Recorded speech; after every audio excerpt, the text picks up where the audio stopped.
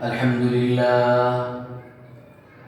لله رب العالمين، والصلاة والسلام على سيد الأنبياء والمرسلين محمد وآله وأصحابه أجمعين. أما بعد فأعوذ بالله من الشيطان الرجيم. بسم الله الرحمن الرحيم. ويسألونك عن المحيض قل هو أذى فاعتزلوا النساء في المحيض ولا تقربوهن حتى يطهرن فإذا تطهرن فأتوهن من حيث أمركم الله إن الله يحب التوابين ويحب المتطهرين. نساؤكم حرث لكم فأتوا حرثكم أنى شئتم وقدموا لأنفسكم واتقوا الله واعلموا أنكم ملاقوه وبشر المؤمنين. ولا تجعلوا الله عرضة لأيمانكم أن تبروا وتتقوا وتصلحوا بين الناس والله سميع عليم. لا يؤاخذكم الله باللغو في أيمانكم ولكن يؤاخذكم بما كسبت قلوبكم والله غفور حليم. صدق الله العظيم.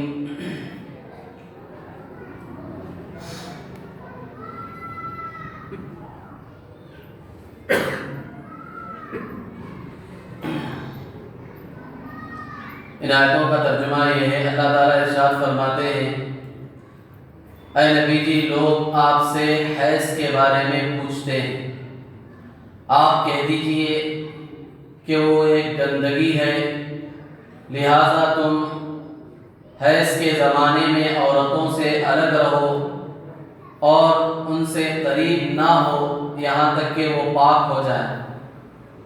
پھر جب وہ پاک ہو جائیں تو تم ان کے پاس آؤ اس مقام سے جس مقام سے آنے کا اللہ نے تمہیں حکم دیا. یقیناً اللہ تبارک و تعالی توبہ کرنے والوں سے محبت کرتے ہیں اور پاک رہنے والوں سے بھی محبت کرتے ہیں. تمہاری عورتیں تمہارے لیے کھیتی ہے، لہذا تم اپنی کھیتی میں جیسے چاہے آؤ اور اپنے لیے آگے نیکیوں کو بھیجو اور اللہ تبارک و تعالیٰ سے ڈرو اور جان لو کہ یقیناً تم اللہ تبارک و تعالیٰ سے ملنے والے ہو. اور اے نبی جی، ایمان والوں کو خوشخبری سنا دیجئے، اور اے لوگوں، تم اپنی قسموں کا ڈھال اللہ کو نہ بناؤ اس بات سے کہ تم نیکی نہیں کرو گے، پرہیزگاری اختیار نہیں کرو گے اور لوگوں کے درمیان اصلاح کا کام نہیں کرو گے. اللہ تبارک و تعالیٰ سننے والے ہیں، جاننے والے ہیں. اللہ تبارک و تعالیٰ تمہاری لغو اور بیکار قسموں پر مؤاخذہ نہیں فرمائیں گے، لیکن اللہ تمہارا مؤاخذہ فرمائیں گے ان قسموں پر جن کا تمہارے دلوں نے ارادہ کر لیا. اللہ تبارک و تعالیٰ بخشنے والے ہیں، بردبار ہیں. بزرگان محترم، معزز خواتین اسلام،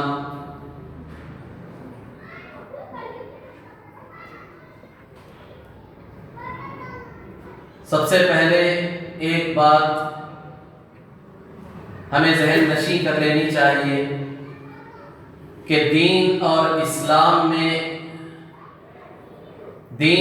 اسلام کے حاصل کرنے میں، دین کے سیکھنے اور سکھانے میں شرم اور عار نہیں ہونی چاہیے.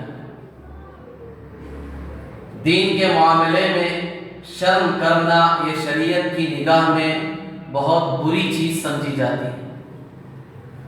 دین سیکھنے میں آدمی کو شرم محسوس نہیں ہونی چاہیے. چھوٹا آدمی ہے بڑے سے دین سیکھے، بڑا آدمی ہے چھوٹے سے دین سیکھے۔ کوئی آدمی دنیاوی اعتبار سے پڑھا لکھا ہے، ایجوکیٹڈ ہے، لیکن دین کا علم اسے نہیں آتا، اور ایک دوسرا آدمی دنیا کے اعتبار سے بالکل نابلد ہے، ناخواندہ ہے، کچھ پڑھا لکھا نہیں ہے، لیکن دین کا علم اس کے پاس ہے، تو یہ جو دنیا کے اعتبار سے پڑھا لکھا آدمی ہے اسے شرم نہیں ہونی چاہیے ایک اس آدمی سے دین سیکھنے میں جو بالکل پڑھا لکھا نہیں ہے دنیا کے اعتبار سے۔ تو اسی طرح دین کے کسی مسئلے میں معلوم کرنے میں آدمی اگر شرم کرے گا تو پھر اسے دین کیسے معلوم ہوگا؟ صحیح دین کا علم اسے کیسے ہوگا؟ جب صحیح دین کا اسے پتہ نہیں چلے گا تو پھر اس پر عمل کیسے ہوگا؟ ایک غلط تصور ہمارے ذہن میں رہے گا، ہم اپنے ذہن اور خیال کے اعتبار سے فیصلہ کریں گے کہ فلاں چیز صحیح ہے، اسی کے مطابق ہم عمل کر رہے ہیں، تو ایسا نہیں ہونا چاہیے۔ دنیا کا معاملہ تو ہمارا ایسا ہے کہ بہت ساری ایسی چیزیں ہیں جو شرم کی ہیں، لیکن ہم اس پہ کوئی شرم نہیں کرتے۔ اس چیز کے حاصل کرنے میں، اس چیز کے لینے میں، اس چیز کے دینے میں نہ مرد اس میں شرم محسوس کر رہے، نہ عورتیں اس میں شرم محسوس کر رہے۔ مسئلہ جب دین کا آتا ہے تو بعض لوگ تو ایسے ہیں وہ دین کی چیزیں معلوم کرنے کا شوق اور جذبہ ہی نہیں ہے ان کے اندر، اور بعض لوگ اللہ کے فضل و کرم سے دیندار ہیں، دین حاصل کرنے، معلوم کرنے، سیکھنے کا شوق جذبہ ان کے اندر ہے، لیکن شرم ان کے لیے رکاوٹ بن گئی کہ یہ مسئلہ ہم کیسے معلوم کریں؟ امام صاحب سے معلوم کریں گے تو کیا سمجھیں گے؟ فلاں عالم سے، فلاں مفتی سے معلوم کریں گے تو وہ کیا سوچیں گے میرے بارے میں؟ اسی طرح عورتیں بھی ہیں، انہیں بھی دین کا پورا علم نہیں ہے، اب وہ بھی بعض مسائل میں یہ سوچ رہی ہیں کہ یہ مسئلہ میں کیسے پوچھوں، اپنے شوہر سے پوچھوں گی تو شرم محسوس ہو رہی ہے، بھائی سے پوچھنے کے لیے شرم محسوس ہو رہی ہے۔ جب اپنوں سے اسے شرم ہو رہی ہے تو پھر دوسروں سے کیسے مسائل معلوم کریں گی عورتیں؟ اب یہ شرم ان کے لیے دین جاننے سیکھنے میں رکاوٹ بن گئی۔ اب وہ زندگی بھر غلط طریقے سے دین پر عمل کر رہے ہیں، ان کے نیک اعمال وہ سوچ رہی ہیں کہ میرے سارے یہ اعمال صحیح ہیں، لیکن شریعت کی نگاہ میں وہ غلط ہے ان کے اعمال، انہیں پتہ ہی نہیں۔ جب اعمال غلط ہیں تو اس پر ثواب کہاں سے ملے گا؟ اس لیے کہ یہاں مسئلہ ایسا نہیں تھا کہ ان کو معلوم نہیں ہے، انہوں نے شرم کی وجہ سے وہ مسئلہ معلوم نہیں کیا، تو پھر شریعت کے نزدیک یہ عذر نہیں ہے اس کے لیے کہ شرم کی وجہ سے اگر کوئی مسئلہ معلوم نہ کر کے غلط مسئلے پر عمل کرے تو پھر اس پر اسے ثواب بھی نہیں ملے گا۔ یہ چیز سمجھ لینا چاہیے۔ تو خلاصہ میرے بتانے کا یہ ہے، آج خاص طور پر چونکہ شروع کی آیتوں میں حیض سے متعلق صحابہ نے سوالات کیے، پھر اللہ کی طرف سے اس کا باقاعدہ جواب دیا گیا، آپ اندازہ لگائیں جب اللہ نے اس مسئلے میں شرم کو مد نظر نہیں رکھا اور خود جناب محمد رسول اللہ صلی اللہ علیہ وسلم جن کے بارے میں آتا ہے، خود حضور صلی اللہ علیہ وسلم نے فرمایا کہ میں تم میں سب سے زیادہ حیا والا انسان ہوں، تم میں سب سے زیادہ شرم کرنے والا میں ہوں۔ جب حضور صلی اللہ علیہ وسلم یہ مسئلے بیان کرنے میں شرم نہیں محسوس کرے، مسجد میں، کون سی مسجد؟ مسجد نبوی، مدینہ منورہ کی مسجد نبوی، جس میں ایک نماز کا ثواب 50,000 نماز کے برابر ہے ایک روایت کے مطابق، ایسی جگہ پر آپ بیٹھ کر مسئلے بیان کرنے میں شرم محسوس نہیں کر رہے ہیں، اور ہم کیا حضور صلی اللہ علیہ وسلم سے زیادہ شرمیلے ہو گئے؟ اللہ سے زیادہ ہم شرمیلے ہو گئے؟ صحابہ سے زیادہ ہمارے اندر شرم ہے؟ صحابیات سے زیادہ ہمارے اندر شرم ہے کہ کوئی مسئلے بیان کرتا ہے تو ہم سوچتے ہیں کہ کیسے مسئلے بیان کر رہے ہیں مسجد میں بیٹھ کر؟ اللہ اکبر! یہ قرآن کیا ہے؟ کہاں پڑھا جاتا ہے؟ مسجدوں میں نہیں پڑھ رہے، نمازوں میں نہیں پڑھ رہے، ان آیتوں کو رمضان میں نہیں پڑھ رہے ہیں، یہ آیتوں میں تو وہی مسئلے بیان کیے جا رہے ہیں۔ مسجد میں نماز کی حالت میں تم کھڑے ہو کر پڑھ رہے ہو، وہاں احساس نہیں ہو رہا، شرم کی چیز ہے۔ کوئی آدمی یہ مسئلہ مسجد میں بیٹھ کر بیان کرتا ہے تو بعض لوگوں کے کہہ رہا ہوں، یہ تصور اور خیال ہے کہ کیسی کیسی چیزیں مسجد میں بیٹھ کر بیان کرتے ہیں، عورتوں کے سامنے بیان کر رہے ہیں، تھوڑی بھی شرم نام کی چیز نہیں ہے۔ ارے دین کے بارے میں شرم کرو گے تو پھر دین کیسے معلوم ہوگا تمہیں؟ ہماری سب سے بڑی بیماری تو یہ ہے کہ لوگ دین معلوم ہی نہیں کرتے۔ سب سے پہلی بات جذبہ ہی نہیں ہے، شوق ہی نہیں ہے، اور جب کوئی بتانا چاہتا ہے تو اسے بے شرمی کی بات بتائی جاتی ہے۔ اس لیے اصولی طور پر یہ بات ذہن میں رکھ لیں، دین کا کوئی بھی مسئلہ ہو، بڑے سے بڑا مسئلہ کیوں نہ ہو، اس کے معلوم کرنے میں، سیکھنے میں، سکھانے میں، لوگوں کو بتانے میں کبھی شرم نہیں محسوس کرنی چاہیے، ورنہ یہ بہت بڑی خطرناک اور بری چیز ہے۔ یہ شیطان کا ایک بہکاوا ہے ہمارے لیے، دین سیکھنے سے ہمیں محروم کر رہا، دین سکھانے سے ہمیں محروم کر رہا، تاکہ ہم صحیح مسئلے معلوم نہ کریں اور غلط مسائل پر چل کر ہم اپنے دین اور ایمان کو برباد کر لیں، اپنے آخرت کو برباد کریں۔ غرض بزرگان محترم، خود صحابیات، ایک انصاریہ صحابیہ عورت حضرت ام سلمہ رضی اللہ تعالیٰ عنہ کی خدمت میں آئی، حضور صلی اللہ علیہ وسلم کی بیوی ہیں ام سلمہ رضی اللہ تعالیٰ عنہ، ان کی خدمت میں آئی یہی عورتوں کا ایک مسئلہ پوچھنے کے لیے، میاں بیوی کے تعلقات کا مسئلہ پوچھنے کے لیے۔ تو ام سلمہ رضی اللہ تعالیٰ عنہ نے کہا حضور صلی اللہ علیہ وسلم موجود نہیں ہے، آ جائیں گے، انتظار کرو، آنے کے بعد مجھ سے پوچھیں۔ تھوڑی دیر وہ بیٹھی رہی، پھر ان کو شرم محسوس ہوئی تو وہ اٹھ کر چلی گئی، چونکہ ابتدائی دور تھا، ابھی ساری چیزوں سے واقفیت نہیں تھی۔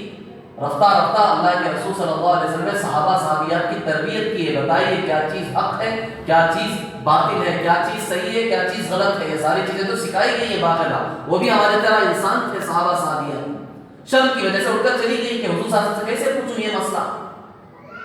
حضور صلی اللہ علیہ وسلم جب گھر تشریف لائے تو ام سلمہ رضی اللہ تعالیٰ عنہ جو حضور صلی اللہ علیہ وسلم کی زوجہ محترمہ تھی، بیوی تھی، انہوں نے کہا کہ فلاں انصاریہ عورت آئی تھی مسئلہ پوچھنے کے لیے، وہ شرم کی وجہ سے چلی گئی۔ تو حضور صلی اللہ علیہ وسلم نے صرف ان کو نہیں بلایا، پوری انصار کی عورتوں کو بلایا، سب کو بلا کر آؤ، کیونکہ مسئلہ صرف ان کو نہیں بتانا ہے، ساری عورتوں کو پتا ہونا چاہیے۔ ساری عورتوں کو بلا کر پھر حضور صلی اللہ علیہ وسلم نے مسئلہ بتایا کہ سب سنو، یہ ہے دین۔ بے شمار روایتوں میں ایسے واقعات ہمیں ملتے ہیں کہ صحابیات اور صحابہ کے سامنے اللہ کے رسول صلی اللہ علیہ وسلم نے پورے مسائل کھول کر بیان کیے کہ دین میں شرم نام کی چیز نہیں ہونی چاہیے۔ غرض آج کی یہ جو آیتیں آپ حضرات کے سامنے پڑھی گئی ہیں، ان میں سب سے پہلی آیت ہے حیض کے بارے میں۔ اب یہ سوال صحابہ نے حضور صلی اللہ علیہ وسلم سے کیوں پوچھا، اس کا شان نزول کیا ہے، اس کی وجہ کیا ہے، یہ آیتیں اللہ نے کیوں نازل فرمائی؟ اس کی وجہ یہ تھی، جیسا مسلم شریف کی روایت ہے اور اسی طرح سنن کی جو کتابیں ہیں، ابو داؤد شریف، ترمذی شریف، سنن ابن ماجہ اور بھی دوسری حدیث کی کتابوں میں یہ روایت ملتی ہے کہ انس رضی اللہ تعالیٰ عنہ فرماتے ہیں کہ یہودیوں کے یہاں اور اسی طرح عیسائیوں کے یہاں حیض کے معاملے میں بڑا افراط و تفریط تھا۔ یہودیوں کے یہاں جب عورت ناپاک ہو جاتی تھی، حالت حیض میں ہوتی تھی، تو وہ عورت کو اتنا برا اور گندا سمجھتے تھے کہ اسے بالکل گھر سے نکال دیتے یا کسی کونے میں کر دیتے تھے۔ اب اس کے ساتھ کھانا بند، پینا بند، اس کے ساتھ جب تک وہ پاک نہ ہو جائے سارے تعلقات ختم، حتیٰ کہ یہاں تک خود ان کی تورات میں جو پوری بدل دی گئی ہے، پوری تحریف کر دی گئی ہے، اس میں احکامات انہوں نے بدل دیے ہیں، اس میں آج بھی یہ چیز موجود ہے کہ اگر ایسی ناپاک عورت کسی برتن کو ہاتھ لگا دے، کسی چیز کو ہاتھ لگا دے، تو شام تک اس پر اس کی ناپاکی کا اثر باقی رہتا ہے، شام تک وہ برتن پاک نہیں ہو سکتا، وہ چیز پاک نہیں ہو سکتی۔ ایسے غلط عقائد تھے یہودیوں میں، بالکل ناپاک سمجھتے تھے، کوئی تعلق بیوی کے ساتھ رکھنا پسند نہیں کرتے تھے، گوارا نہیں کرتے تھے۔ اور یہ صرف یہودیوں میں نہیں تھا، اس کے ساتھ ساتھ ہمارے جو غیر مسلم بھائی ہیں، ہندوؤں میں بھی صدیوں پہلے تک یہی رواج تھا، عورتوں کے ساتھ یہی سلوک کیا کرتے تھے۔ خاص کر اس وقت میں جب عورت کے وقت یہ نازک وقت آتا ہے عورت پر، تو بالکل اسے الگ کر دیا جاتا، اسے اچھوت سمجھا جاتا تھا، اسے منحوس سمجھا جاتا تھا، ایسا برتاؤ اس کے ساتھ کیا جاتا تھا۔ یہودیوں کا معاملہ تو یہ تھا، اور دوسری طرف عیسائی تھے، وہ بالکل اس حالت میں عورت کو ناپاک ہی نہیں سمجھتے تھے، سارے تعلقات عورت کے ساتھ قائم کرتے تھے، ہر چیز کو جائز سمجھتے تھے۔ تو یہ دو چیزیں تھیں، یہودی بالکل منحوس سمجھتے تھے، ناپاک سمجھ کر بالکل دور کر دیتے تھے، اور عیسائی ان پر اس کا کوئی اثر نہیں پڑتا تھا۔ عام حالات میں جس طرح بیوی کے ساتھ زندگی گزاری جاتی ہے، اسی طرح وہ زندگی گزارتے تھے۔ تو دونوں طرف افراد و تفرید تھا۔ اب صحابہ کو پریشانی ہوئی کہ ہم کیا کریں، جب عورت پر ایسی حالت آئے، وہ ناپاک ہو جائے، تو اسلام کا کیا حکم ہے؟ کیونکہ ہمارے سامنے تو دونوں مذہب والے ہیں، دونوں کے سامنے کتابیں ہیں، ان پر تورات نازل ہوئی ہے، ان پر انجیل نازل ہوئی ہے، اور یہ اس طرح عمل کر رہے ہیں اور یہ اس طرح عمل کر رہے ہیں، تو ہم کسے فالو کریں؟ ہمیں کیا کرنا چاہیے ایسے موقع پر اپنی بیویوں کے ساتھ؟ تو صحابہ نے حضور صلی اللہ علیہ وسلم سے پوچھا، یسألونک عن المحیض، حالت حیض میں عورت کے ساتھ کیا کرنا چاہیے؟ اللہ تبارک و تعالیٰ نے کہا، قل، اے نبی جی آپ ان کو سمجھا دیجئے مسلمانوں، ہوا اذن، یہ گندگی ہے، اس عورت میں، اس حالت میں عورت بے شک ناپاک ہوتی ہے، لیکن ایسے ناپاک نہیں ہوتی جیسے یہودی سمجھ رہے ہیں، بالکل منحوس سمجھ کر گھر سے بالکل جدا کر رہے ہیں، ایسی ناپاک نہیں ہوتی، اور ایسی پاک بھی نہیں رہتی جیسے عیسائی سمجھ رہے ہیں کہ عام حالت میں، نارمل حالت میں جو تعلقات بیوی کے ساتھ ہے وہی تعلقات اختیار کر رہے ہیں۔ اسلام نے درمیان کی بات بتائی کہ ایک طرح سے ناپاک بھی ہے، ایک طرح سے پاک بھی ہے۔ ناپاک اس طرح سے ہے کہ تم جو میاں بیوی کے جو تعلقات ہیں، خاص تعلق، صحبت، یہ اپنی بیوی کے ساتھ نہیں کر سکتے ان دنوں میں، حیض کے دنوں میں۔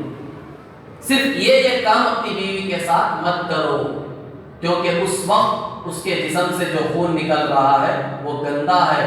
ایسے وقت میں تم بیوی سے ملاقات کرو گے تو اس سے اس کو بھی نقصان ہوگا، تم کو بھی نقصان ہوگا، اور میڈیکل سائنس نے آج اس بات کو ثابت کر دیا، پروف کر دیا کہ اس وقت میں عورت سے ملاقات کرنا بے شک میڈیکل اور طبی اعتبار سے مرد کے لیے بھی نقصان کی چیز ہے، عورت کے لیے بھی نقصان کی چیز ہے۔ قرآن نے یہ چیز سمجھا دی ہے، 1400 سال پہلے بتا دی کہ اس حالت میں خاص کر ملاقات مت کرو، اس کے علاوہ سارے کام تم کر سکتے ہو، اس کے ساتھ کھانا پینا، ہنسی مذاق، جو جو کام کرنا چاہو سارے کام کر سکتے ہو، وہ ناپاک نہیں ہے، اسے اچھوت مت سمجھو جس طرح یہودی اور اسی طرح یہ غیر مسلم سمجھتے ہیں۔ ایسی نہیں، وہ تمہاری بیوی ہے، وہ قدرت کا ایک فیصلہ اس کے ساتھ ہوا ہے، وہ اللہ کی قدرت ہے، اللہ نے عورت کو اس نظام کے ساتھ وابستہ کیا ہے، اس حالت کے ساتھ اللہ نے اسے پیدا کیا ہے۔ خود ایک مرتبہ جب اماں جان عائشہ صدیقہ رضی اللہ تعالیٰ عنہ حضور صلی اللہ علیہ وسلم کے ساتھ حج پر گئی، حضور صلی اللہ علیہ وسلم کا زندگی کا پہلا حج ہے، آخری حج ہے، ایک ہی حج کیا حضور صلی اللہ علیہ وسلم نے، جب حج فرض ہوا اس کے بعد اسلامی طرز پر جو حج آج ہم کرتے ہیں، وہ حج حضور صلی اللہ علیہ وسلم زندگی میں صرف ایک ہی مرتبہ کیا۔ اس سے پہلے چونکہ حج کے احکام نازل نہیں ہوئے تھے، 2-3 سال پہلے حج فرض ہوا تھا، اس کے احکام نازل ہوئے، لیکن ماحول سازگار نہیں تھا، حج ذی الحج کے مہینے میں نہیں آ رہا تھا۔ اس سے پہلے میں نے اس کی تفصیل آپ کو بتا دی تھی، قرآن پاک کی اس آیت کی تفصیل میں وہاں نہیں جانا تھا۔ تو بہرحال حضور صلی اللہ علیہ وسلم کے ساتھ حج میں عائشہ رضی اللہ تعالیٰ عنہ بھی تھی، حج پر گئی، جب وہ مقام شریف پر پہنچی تو ان کو حیض آ گیا، بڑی پریشان ہو گئی، انہوں نے رونا شروع کر دیا کہ میں حج کے لیے آئی ہوں، زندگی کا میرا پہلا حج ہے، حضور صلی اللہ علیہ وسلم کے ساتھ آئی، پورے صحابہ ہیں، 1,24,000 صحابہ، اتنا بڑا مجمع ہے، اب میرے اوپر یہ حالت آ گئی، میں کیا کر سکتی ہوں، میں تو کوئی عمل نہیں کر سکتی، رونا شروع کر دیا۔ حضور صلی اللہ علیہ وسلم آئے، پوچھا عائشہ کیا ہوا، آپ کی تو چہیتی بیوی تھی، کہا کہ حیض آ گیا، کہا کہ پریشان ہونے کی ضرورت نہیں ہے، اللہ تعالیٰ نے آدم کی ساری بیٹیوں کے ساتھ یہ چیز کو وابستہ کیا ہے۔ آدم علیہ السلام کی جتنی بھی بیٹیاں ہیں دنیا میں، جتنی بھی عورتیں ہیں، ہر عورت کو یہ چیز پیش آتی ہے۔ تمہیں رونے کی ضرورت نہیں، پریشان کیوں ہو رہی؟ حج کے جتنے اعمال ہیں وہ سارے اعمال تم کرو، صرف طواف مت کرو۔ حالت حیض میں طواف نہیں ہوگا، طواف کے علاوہ سارے کام کرو تم۔ جب پاک ہو جاؤ تو اس کے بعد آ کر طواف کر لو۔ پریشان ہونے کی ضرورت نہیں۔ کیوں پریشان ہو رہے؟ یہ تو ایک فطری چیز ہے، اللہ نے عورت کے ساتھ رکھی ہے، پریشان ہونے کی ضرورت نہیں۔ اور یہ چیز جسے ہم گندگی سمجھ رہے ہیں، ہمیں یہ بات معلوم بھی ہونی چاہیے، رحم مادر میں، ماں کے پیٹ میں جب بچہ ہوتا ہے 4 مہینے کے بعد روح ڈال دی جاتی ہے۔ بچہ جب ماں کے پیٹ میں 4 مہینے کا ہوتا ہے تو 4 مہینے میں بچہ کمپلیٹلی پورے اعضاء بن جاتے ہیں، ٹوٹلی آنکھ، کان، ناک سب پورے اعضاء بن جاتے ہیں۔ جیسے ہی 4 مہینے ہوئے تو اللہ تعالیٰ فرشتے کو بھیجتے ہیں اور اس کے جسم میں روح ڈال دیتے ہیں، اور پھر پورا لکھ دیا جاتا ہے یہ شقی ہے، بدبخت ہے یا خوش نصیب ہے، اس کی عمر کتنی ہے، کتنا جیے گا، کب مرے گا، اس کا رزق کب تک ہے، یہ سب لکھ دیا جاتا ہے، روح ڈال دی جاتی ہے۔ اب آپ ذرا سوچ کر دیکھیں، ماں کے پیٹ میں 4 مہینے سے لے کر 9 مہینے تک 5 مہینے کا عرصہ، روح پڑ گئی ہے، جان آ گئی ہے، کھانا کہاں سے مل رہا ہے؟ کھانا کون پہنچا رہا؟ اتنی گہرائی میں ماں کے پیٹ کے اندھیروں میں کھانا کون پہنچا؟ اللہ پہنچا ہے۔ کیسے پہنچا رہے ہیں؟ اللہ تبارک و تعالیٰ اسی خون کے ذریعے سے پہنچا رہے ہیں۔ وہ خون ہی غذا بن رہی ہے بچے کے لیے۔ دنیا کا جو بھی انسان، چاہے وہ لڑکا ہو یا لڑکی ہو، ماں کے پیٹ میں اس کے لیے 4 مہینے سے 9 مہینے تک جو غذا ہے وہ وہی خون ہے۔ یہ اللہ کا نظام ہے، یہ کوئی گندی چیز بھی نہیں ہے جیسے ہم سمجھ رہے ہیں، کیونکہ دودھ بھی جو ہے وہ اسی کی ایک بدلی ہوئی شکل ہے۔ اللہ جو دودھ ہے، دودھ کیسے بنتا ہے؟ یہ انسان کا خون ہے، اسی کو اللہ تبارک و تعالیٰ تبدیل کر کے دودھ بناتے ہیں۔ یہ اللہ کی قدرت ہے، وہ اللہ کا نظام ہے۔ اللہ ایسے اندھیروں میں بھی اپنی قدرت کا مظاہرہ کرتے ہیں۔ تو یہ تو بچی کی روزی کا نظام ہے۔ اور پھر ہمیں یہ بات بھی سمجھ لینی چاہیے کہ یہ حالت حیض میں جو خون آتا ہے یہ عورت کی صحت کی علامت ہے، تندرستی کی علامت ہے۔ اگر کسی عورت کو اس طرح خون نہ آئے مہینے میں تو وہ اس کی بیماری کی نشانی ہے۔ اللہ کا ایک عجیب نظام ہے، خون کا آنا یہ صحت کی نشانی ہے عورت کے لیے، اسے غلط بھی نہیں سمجھنا چاہیے۔ تو بہرحال یہ جو خون ہے، یہودیوں نے سوال کیا تھا، یہودیوں کے متعلق صحابہ نے حضور صلی اللہ علیہ وسلم سے سوال کیا تو اللہ تعالیٰ نے جواباً عرض کیا کہ بے شک یہ گندگی ہے، اس وقت میں ان دنوں میں تم اپنی عورتوں سے الگ رہو، خاص طور پر ان دنوں میں ملاقات کرنے سے الگ رہو، اس کے علاوہ جو اعمال تم کرنا چاہو کر سکتے ہو اپنی بیوی کے ساتھ، اور جب عورت پاک ہو جائے تو پھر اس کے بعد حسب معمول جو حالت ہے، عام حالت میں جس طرح تم بیوی کے ساتھ رہتے ہو اس طرح رہو۔ اب یہاں خاص طور عورتوں کو یہ مسئلہ سمجھ لینا چاہیے، ہم شوہر ہیں، ہماری عورتوں کے کانوں تک اگر یہ بات نہیں پہنچ رہی ہے تو ہمیں بتانا چاہیے، ہمارا ایک فریضہ ہے، ہم ان کو سمجھائیں، ان کو یہ بات نہیں معلوم ہے، ان تک یہ بات نہیں پہنچ رہی ہے تو بطور شوہر ہونے کی حیثیت سے ہمارا بتانا فریضہ ہے۔ یہ جو حیض کا خون عورت کو آتا ہے ہر مہینے میں، اس کی جو مدت ہے کم از کم 3 دن آتا ہے، یہ کم از کم 3 دن آئے، اور اس کی جو شروعات ہوگی وہ 9 سال سے شروع ہوگی۔ 9 سال سے پہلے اگر اس طرح بچیوں کو، لڑکیوں کو خون آ رہا ہے تو وہ حیض کا خون نہیں ہے، کم از کم 9 سال ہوں گے، اس کے بعد ہی یہ خون شروع ہوگا، اور اس کی جو لاسٹ مدت ہے وہ 55 سال ہے، 55 ایئرس۔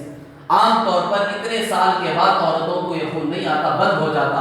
ہاں کوئی طاقتور عورتیں مضبوط تندرست ہوتی ہیں تو ان کے اس بات عمر میں بھی خون آتا ہے، ورنہ نارملی عام طور پر اتنے سال کے بعد یہ خون بند ہو جاتا ہے۔ تو شروع ہونے کی مدت 9 سال ہے، ختم ہونے کی مدت 55 سال ہے. اگر کوئی تندرست عورت ہے تو اس کے بعد بھی آ سکتا ہے. اور یہ جو آنے کی مدت ہے کم از کم 3 دن آتا ہے. 3 دن سے کم اگر آ رہا ہے تو وہ بھی حیض کا خون نہیں ہے، وہ بیماری کا خون. اس وقت میں نمازوں کا کیا حکم ہے میں بتاؤں گا بھی. اسے استحاضہ کا خون کہتے ہیں، بیماری کا خون. یہ حیض کا خون جو آ رہا ہے کم از کم 3 دن آئے گا، زیادہ سے زیادہ اگر آئے گا تو 10 دن آئے گا، 10 دن سے زیادہ اگر آ رہا ہے تو وہ بھی بیماری کا. تو نارملی ایک بات یہ سمجھ میں آ گئی، 3 دن سے کم آئے تو بھی بیماری کا خون، اگر 10 دن سے زیادہ آ رہا ہے تو بھی بیماری کا خون ہے. تو کم از کم 3 دن آنا چاہیے، یا 4 دن بھی آئے، 5 دن بھی آئے، 6 7 8 9 10. تو یہ پورا 3 سے لے کر 10 دن تک اگر خون آ رہا ہے تو اسے حیض کا خون کہیں گے. اس سے کم آ رہا ہے یا زیادہ آ رہا ہے تو اسے بیماری کا خون کہیں گے. اور بھی اس میں باریک مسائل ہیں. اگر کسی کو ڈاؤٹ ہو، معلوم کرنا ہو تو شوہروں کے ذریعے سے، کسی کے ذریعے سے بھی آپ معلوم کر سکتے ہیں. آپ کے محلے میں جو علماء ہیں یا جن علماء سے آپ کا رابطہ ہے، یہ مسائل معلوم کر لینے چاہیے. صرف شرم اور عار کی وجہ سے، سستی کاہلی کی وجہ سے اپنی نمازیں، اپنی عبادتیں برباد نہیں کرنی چاہیے. تو اب اس میں شریعت کا کیا حکم ہے؟ شریعت کا حکم اس میں یہ ہے کہ حیض کے دنوں میں عورتوں کے لیے نماز معاف ہے، نماز نہیں پڑھنی چاہیے. روزے ہیں تو روزے بھی عورتیں نہیں رکھیں گی، لیکن جب پاک ہو جائیں گی تو روزے کی قضا ضروری ہے، نماز کی قضا نہیں ہے. کیوں؟ پہلے ایک روایت سن لیں. ایک عورت حضرت عائشہ رضی اللہ تعالیٰ عنہ کے پاس آئی. آ کر انہوں نے یہی سوال کیا. آ کر انہوں نے کہا کہ حالت حیض میں روزے رکھنے کا حکم دیا گیا ہے، یعنی روزے معاف نہیں ہیں، پاک ہو جاؤ تو روزے کی قضا کرو، لیکن نماز معاف ہے، ایسا کیوں؟ سوال کیا. نماز کا بھی حکم دینا چاہیے، جیسے روزوں کا حکم ہے کہ پاک ہو جاؤ تو روزوں کی قضا کرو، تو اسی طرح نماز کا بھی حکم دینا چاہیے. تو عائشہ رضی اللہ تعالیٰ عنہ غصے میں آ گئی، ناراض ہو گئی اور کہا کہ کیا تو حروریہ ہے، تو خارجی عورت ہے جو دین میں تشدد کرتے ہیں. ہم جب حالت حیض میں ہوتے تھے تو اس وقت ہمیں یہی حکم تھا کہ روزوں کی قضا کی جائے گی، نماز کی قضا نہیں کی جائے گی. ہمارا کام دین کو فالو کرنا ہے، جیسے دین بتایا گیا اس پر عمل کرنا ہمارا کام ہے. دماغ چلانا ہماری ذمہ داری نہیں. دین میں ہم دماغ نہیں چلائیں گے. دین میں جو دین بتایا جا رہا اس پر عمل کریں، دماغ نہ لڑائیں. روزوں رکھنے کا کیوں حکم دیا، نماز کا کیوں حکم نہیں دیا گیا، یہ سوال کرنے کا ہمیں حق نہیں ہے. دین یہ تو حدیث اور روایت ختم ہو گئی. علماء نے اس کی مصلحت بیان کی ہے کہ روزے رکھنے کا حکم کیوں دیا گیا. جب عورت پاک ہو جائے، رمضان میں ناپاک ہو جاتی ہے تو روزے نہیں رکھتی ہے. کوئی عورت 3 دن میں پاک ہوتی ہے، 4 5 6 دن، میرا جتنے دن میں بھی پاک ہوتی ہے روزے اس کے چھوٹ گئے تو حکم ہے کہ رمضان کے بعد اس کی قضا کرے. تو اب روزے کے قضا کا حکم کیوں دیا گیا؟ اس وجہ سے دیا گیا کہ روزے پورے سال میں ایک مرتبہ فرض ہے. پورے سال میں صرف ایک مہینے میں فرض ہوتے ہیں، بار بار تو روزے نہیں ہیں نا. اب پورے سال میں صرف ایک مہینہ روزے رکھنے کے لیے حکم دیا جا رہا ہے. اب اس میں بھی آپ کے 4 5 دن مس ہو گئے ہیں تو شریعت کہتی ہے اسے مت چھوڑو، اس کی قضا کر دو، کیونکہ رمضان کے ایک ایک روزے کا ثواب اتنا قیمتی ہے، اتنا زیادہ ہے کہ پوری زندگی بھی اگر تم ایک روزہ رکھو گے، پوری زندگی بھی اگر تم روزے رکھو گے تو رمضان کے ایک روزے کے ثواب تم حاصل نہیں کر سکتے، اس کے برابر نہیں ہو سکتا. تو اس لیے حکم دیا گیا روزے اس کی قضا کرنا. نماز کی قضا کا کیوں حکم نہیں دیا گیا؟ اس وجہ سے کہ نماز روزانہ پڑھنی ہے اور دن میں 5 5 مرتبہ نماز پڑھنی ہے. اب عورت کو یہ جو حالت حیض میں خون آ رہا، عورت جو ناپاک ہو رہی ہے وہ ہر مہینہ ہو رہی ہے، اور ہر مہینے میں مثال کے طور پر کوئی عورت 6 6 7 7 دن ناپاک ہو رہی ہے تو 7 7 دن کی 5 5 نمازیں اس کے ساتھ واجب الفطر بھی ملانی ہے. تو یہ دن کی 6 نمازیں اگر آپ ملا لیں، 7 دن یا 10 دن کی 6 6 نمازیں کتنی ہو جائیں گی؟ ہر مہینے میں اتنی قضا نمازیں کہاں سے پڑیں گی؟ دقت ہوگی، پریشانی ہوگی. اس لیے شریعت نے سہولت دی کہ نمازیں پڑھنے کی ضرورت نہیں. نمازیں اگر اس ناپاکی میں قضا ہوئی ہے تو اسے چھوڑ دو، اس کی قضا کی ضرورت نہیں۔ تو یہ ناپاکی کی حالت میں حکم یہ ہے کہ نمازوں کی قضا نہیں ہوگی، البتہ رمضان کے روزے چھوٹے ہوئے ہیں تو بعد میں قضا کر لے، جب آپ کو سہولت ہو اس وقت قضا کرتے، فوراً قضا کرنا ضروری نہیں ہے۔ اور رہا مسئلہ وہ جو میں نے کہا بیماری کا خون جسے مستحاضہ کہتے ہیں، حالت استحاضہ میں 3 دن سے کم اگر خون آ رہا ہے یا 10 دن سے زیادہ اگر خون آ رہا ہے یا اور بھی اس کی بعض صورتیں ہیں، وہ ساری صورتیں بیان کرنے کے لیے وقت نہیں ہے، تو ایسی صورت میں کیا کرے گی عورت؟ ایسی صورت میں شریعت کا حکم ہے کہ عورت نماز کے وقت پاک کپڑے پہن کر وضو بنا کر نماز پڑھے۔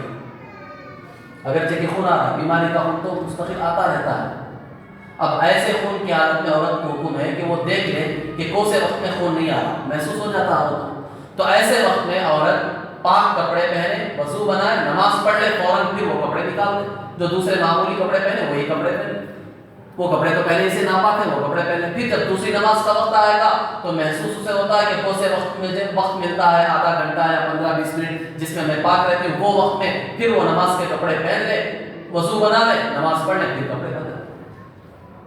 تو اس بیماری کے دنوں میں جو خون آ رہا ہے اس خون کی حالت میں نماز معاف نہیں ہے۔ بہت سی عورتوں کو معلوم ہی نہیں ہے مسئلہ، وہ سمجھتی ہے یہ بھی حیض کا خون ہے لہذا نماز معاف چلے۔ ایسی زندگی میں کتنی نمازیں ان کی چھوٹ جاتی ہیں، ان کو پتہ ہی نہیں، نہ پوچھتی ہے نہ پتہ ہے ان کو، نہ کوئی بتانے والا ہے۔ تو اس لیے مسائل معلوم کر لینا چاہیے کہ اپنے اپنے عادت کے مطابق ہماری کیا عادت ہے، یہ مسائل معلوم کر لیں گے تو پھر شریعت پر عمل کرنا ان کے لیے آسان۔ اور پھر اس کے ساتھ ساتھ ایک آخری مسئلہ یہ ہے حالت نفاس۔ بچہ جب پیدا ہوتا ہے تو اس کے بعد بھی عورت کو خون نکلتا ہے، اس خون کو نفاس کا خون کہتے ہیں۔ اب یہ خون جو آتا ہے اس کی مدت کیا ہے؟ جیسے حیض میں نے بتایا کم سے کم 3 دن، زیادہ سے زیادہ 10 دن۔ تو یہ جو بچہ پیدا ہونے کے بعد جو خون آتا ہے اس کی کم سے کم مدت اور دن کیا ہے؟ اس کی کوئی مدت نہیں ہے۔ بعض عورتوں کو بچہ پیدا ہوتے ہی تھوڑا خون آ کر بند ہو جاتا، آتا ہی نہیں۔ بعض عورتوں کو مستقل آتا رہتا ہے، 10 دن، 15 دن، 20 دن، 25 دن، 30 دن آتا ہی رہتا ہے۔ زیادہ سے زیادہ اس کا سٹیج کیا ہے؟ 40 دن ہے۔ اگر بچہ پیدا ہونے کے بعد عورت کو مستقل خون آ رہا ہے، 10 دن آئے تو بھی وہ ناپاکی کی حالت میں ہے، نماز معاف ہے، روزے معاف نہیں ہے، نماز معاف ہے۔ اسی طرح 20 دن آیا تو بھی نماز معاف، 25، 30، 35، 40 دن تک اگر لگاتار آ رہا ہے تو نمازیں معاف ہیں۔ 40 دن کے بعد بھی آ رہا ہے تو اب شریعت کہتی ہے یہ وہ خون نہیں ہے بچے کی پیدائش کا، اب 40 دن کے بعد کے دنوں میں جو تمہارا خون آ رہا ہے وہ بیماری کا خون ہے، لہذا 40 دن وہ نفاس کے شمار کریں گے، پھر باقی جو دن ہیں جن میں وہ خون آ رہا ہے وہ بیماری کا خون شمار کر کے اس میں باقاعدہ نماز پڑھی جائے گی، جو ترتیب میں نے بتائی۔ نماز کے وقت میں پاک کپڑے پہن کر وضو بنا کر نماز غسل کرنے کی ضرورت نہیں۔ لیکن ہماری عورتیں عام طور پر کیا کرتی ہیں، یہ مسئلہ اس وجہ سے بتانا پڑتا ہے کہ عام طور پر عورتوں کو یہ معلوم ہے کہ 40 دن تک نماز نہیں پڑھنا، حالانکہ خون بند ہو جاتا ہے بہت سی عورتوں کو 10 دن میں، کسی کو 5 دن میں، کسی کو 15 دن میں، کسی کو 20 دن میں خون بند ہو جاتا ہے، لیکن عورتیں نماز نہیں پڑھتی۔ 40 دن پر باقاعدہ غسل کر کے نئے کپڑے پہن کر 40 دن کے بعد سے نمازیں شروع کرتی، باقاعدہ وہ ایک چلے کا نظام چلتا ہے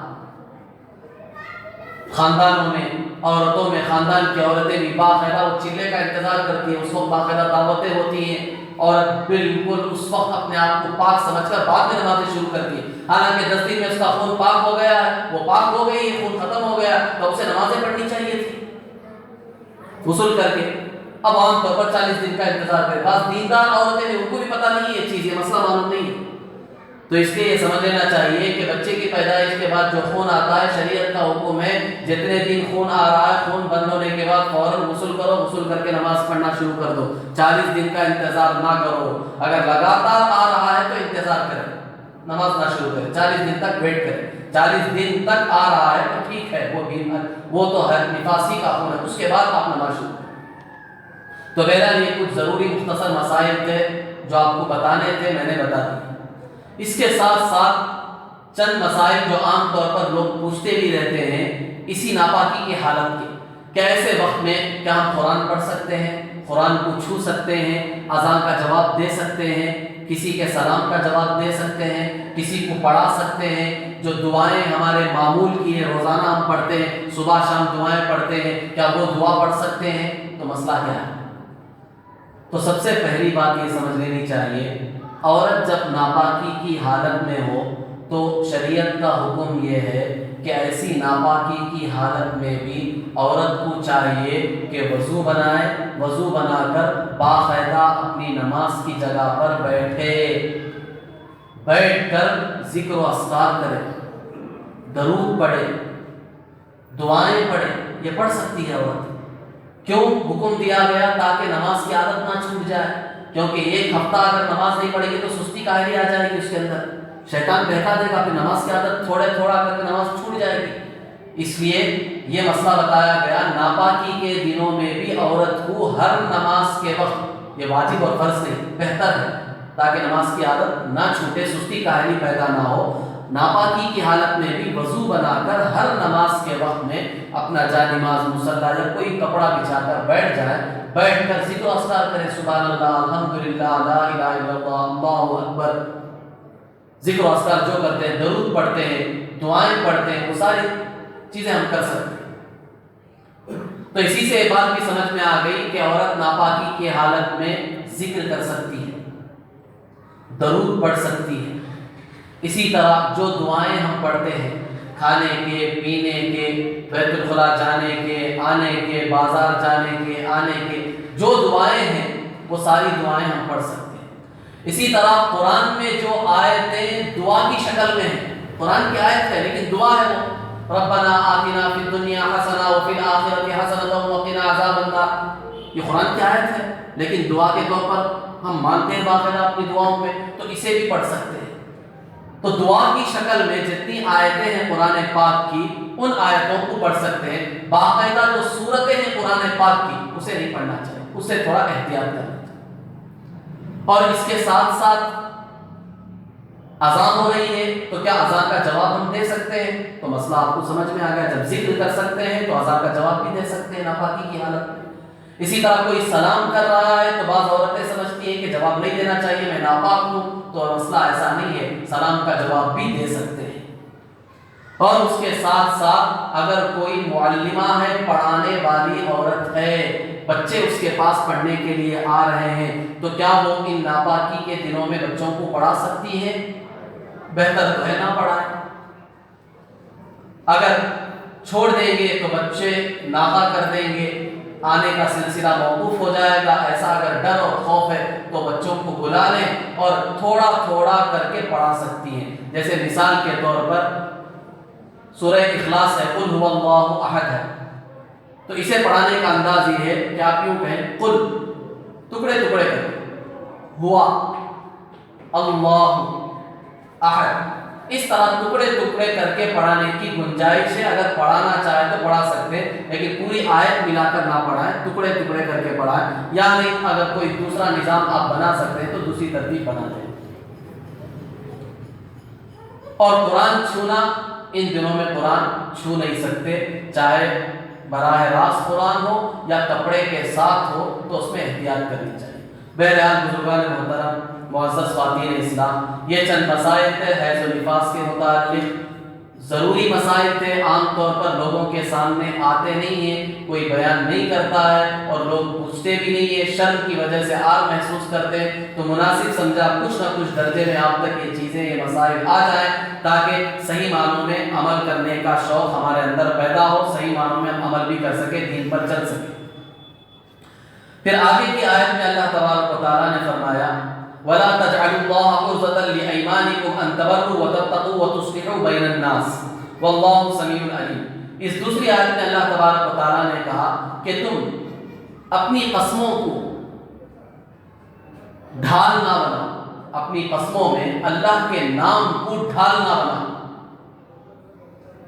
ہوتا ایسا، ہم اپنے کام نکالنے کے لیے، اپنا کام کرنے کے لیے اللہ کی قسم کو ڈھال بناتے ہیں کہ اللہ کی قسم کھا کر اگر بولوں گا تو اسے یقین آ جائے گا۔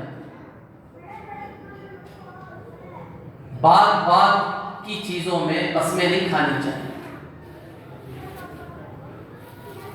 زمانے جاہلیت میں عام طور پر لوگ جو ہے وہ نیکی نہ کرنے کی بھی قسمیں کھاتے تھے کہ ہم آج کے بعد سے یہ نیکی نہیں کریں گے۔ خدا کی قسم کھا کر کہتے ہیں آج کے بعد یہ نیک کام نہیں کریں گے، آج کے بعد لوگوں کے درمیان ہم صلح نہیں کرائیں گے۔ منع کیا شریعت نے کہ اس طرح کی اچھے چیزوں کے نہ کرنے کی قسم نہیں کھانی چاہیے۔ مثال کے طور پر میں مثال دوں آپ اپنے رشتہ داروں میں سے کسی کو باقاعدہ طور پر ماہانہ یا سالانہ کچھ روپیہ پیسہ دیتے تھے، ان کی مدد کرتے تھے، تعاون کرتے تھے۔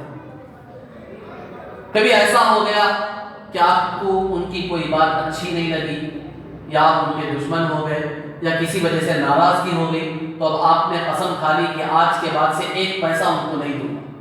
جو صدقہ خیرات، جو زکوٰۃ میں ان کو دیتا تھا، آج کے بعد سے کبھی نہیں دوں گا۔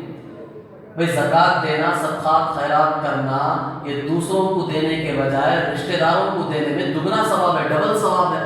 اب آپ اچھا کام نہ کرنے کی قسم کھا رہے، خدا کی قسم آج کے بعد سے ہمارے ماموں کو میں کبھی زکوٰۃ نہیں دوں گا، کبھی صدقے کے پیسے نہیں دوں گا۔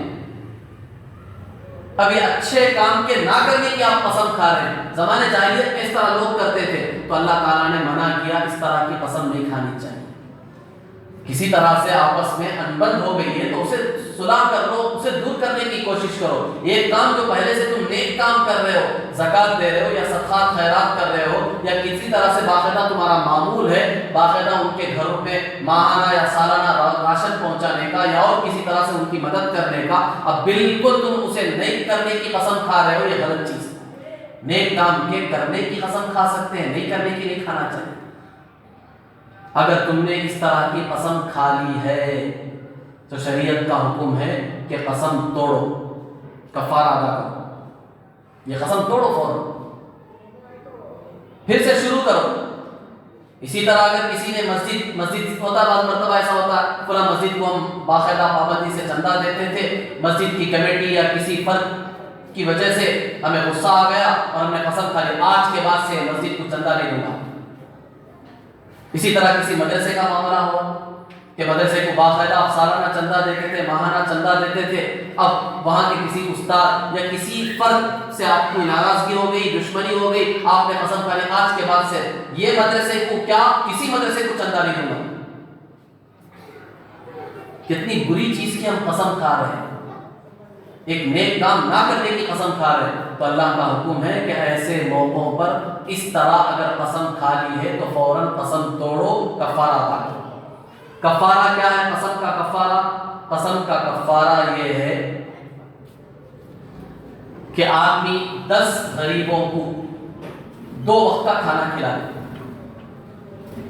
10 غریبوں کو 2 وقت کا کھانا کھلا دے۔ 2 وقت کا کھانا کیا ہے؟ ایک وقت کا کھانا مثال کے طور پر 30 روپے بھی لے سکتے ہیں یا 50 روپے بھی، تو 2 وقت کا کھانا 100 روپے ہو گئے، 10 غریبوں کو کتنا ہو گیا؟ 1000 روپے۔ تو آپ قسم توڑ کر 1000 روپے 10 غریبوں کو 100 روپے کے حساب سے دے دیں تو آپ کے قسم کا یہ کفارہ ہو گیا۔ اب آپ جس چیز کی قسم کھائے تھے وہ قسم آپ کی ختم ہو گئی، پھر سے آپ وہ نیک کام شروع کریں۔ تو شریعت نے حکم دیا، پہلا 10 غریبوں کو آپ کھانا کھلا دیں 2 وقت، 100 روپے نہیں دے سکتے تو 2 ٹائم کا کھانا کھلا دیں 10 غریبوں۔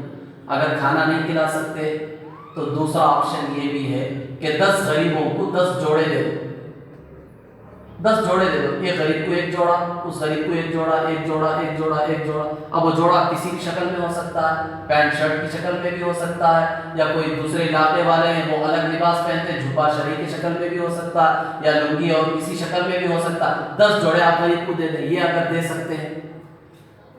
اگر یہ بھی نہیں دے سکتے تو تیسرا آپشن غلام آزاد کرنے کا، چونکہ وہ اس دور میں غلام ہے نہیں ہے تو تیسرا آپشن تو نہیں ہے اس دور میں۔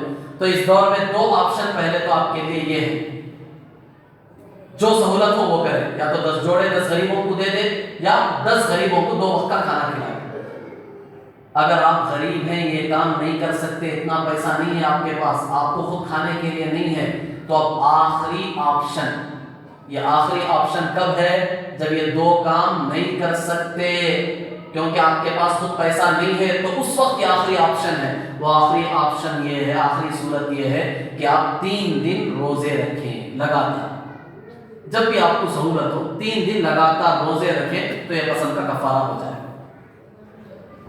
تو شریعت نے باقاعدہ طور پر یہ ترتیب بتائی۔ اس طرح اگر نیک کام نہ کرنے کی تم نے قسم کھا لی ہے، ہوتا ہے، ہم نے بھی اپنی زندگی کا جائزہ لے کر دیکھو، بہت سونے مردوں نے بھی عورتوں نے بھی اس طرح نیک کام نہ کرنے کی قسمیں کھا لی۔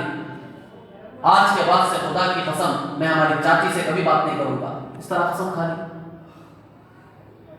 شریعت میں تو حکم ہے کہ باقاعدہ ہر ایک سے کیا کرو، ملاقات کرو، بات چیت کرو، سب کرو۔ اب بات نہ کرنے کی آپ نے قسم کھائی تو یہ بھی غلط ہے، تو حکم یہ ہے کہ قسم توڑو، ان سے جا کر بات کرو اور قسم کا کفارہ ادا کرو۔ یہ باقاعدہ شریعت کا حکم ہے۔ سمجھ میں آ رہا کہ کیسی کیسی چیزیں ہماری زندگی میں، ہم میں سے بہت سارے لوگ اس طرح کی قسمیں کھا چکے ہیں، یہ بتانا چاہ رہا ہوں، اور ہمیں مسئلہ ہی معلوم نہیں ہے۔ زمانے جاہلیت میں اس طرح کے اعمال کرتے تھے لوگ، تو اللہ نے سب طریقے سے منع فرمایا، اس طرح کی قسمیں کھانا تمہارے لیے جائز نہیں ہے، حرام ہے یہ قسمیں۔ فوراً قسم توڑو، جس کام کے نہ کرنے کی قسم کھائی ہے وہ کام کرو اور کفارے میں یہ چیزیں ادا کرو۔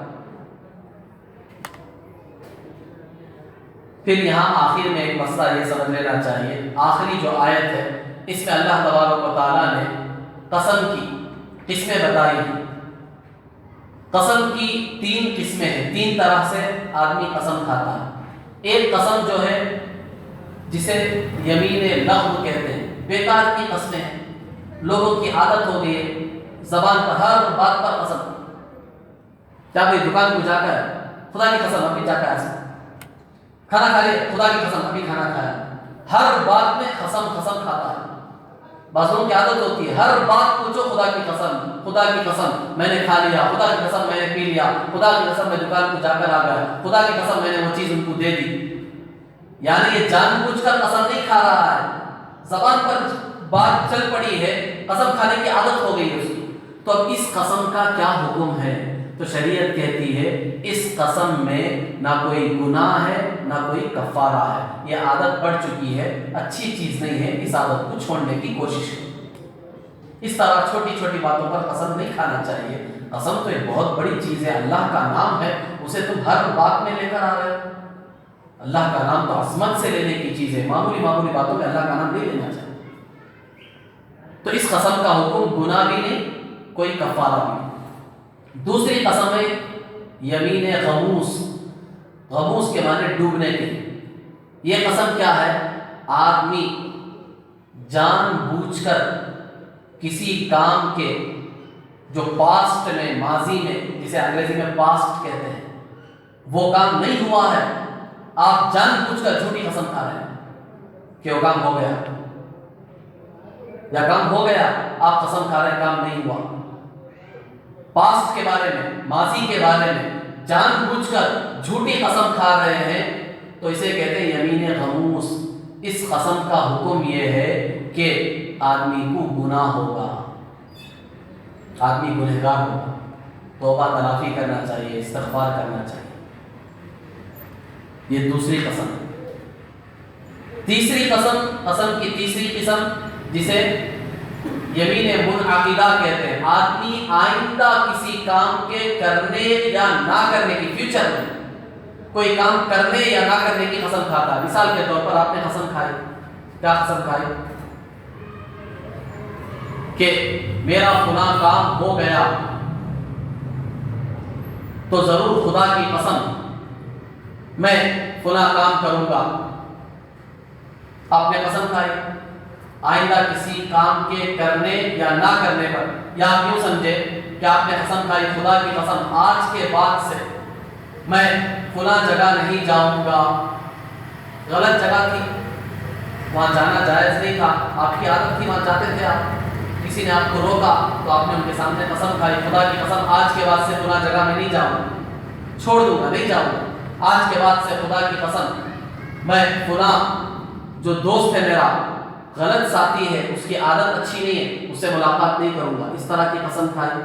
خدا کی قسم آج کے بعد سے میں ٹیلی ویژن نہیں دیکھوں گا، غلط چیز ہے، اس میں عام طور پر فحاشی عریانیت ہوتی ہے، غلط چیزیں ہوتی ہیں. آپ نے قسم بھی کھا لی اپنے والد سے یا بھائی سے یا استاد کے سامنے، خدا کی قسم آج کے بعد سے یہ نہیں دیکھوں گا. اس طرح قسم کھا لی، قسم کھانے کے بعد پھر آپ نے وہ کام کر دیا. قسم کھانے کے بعد پھر آپ نے وہ کام کر دیا.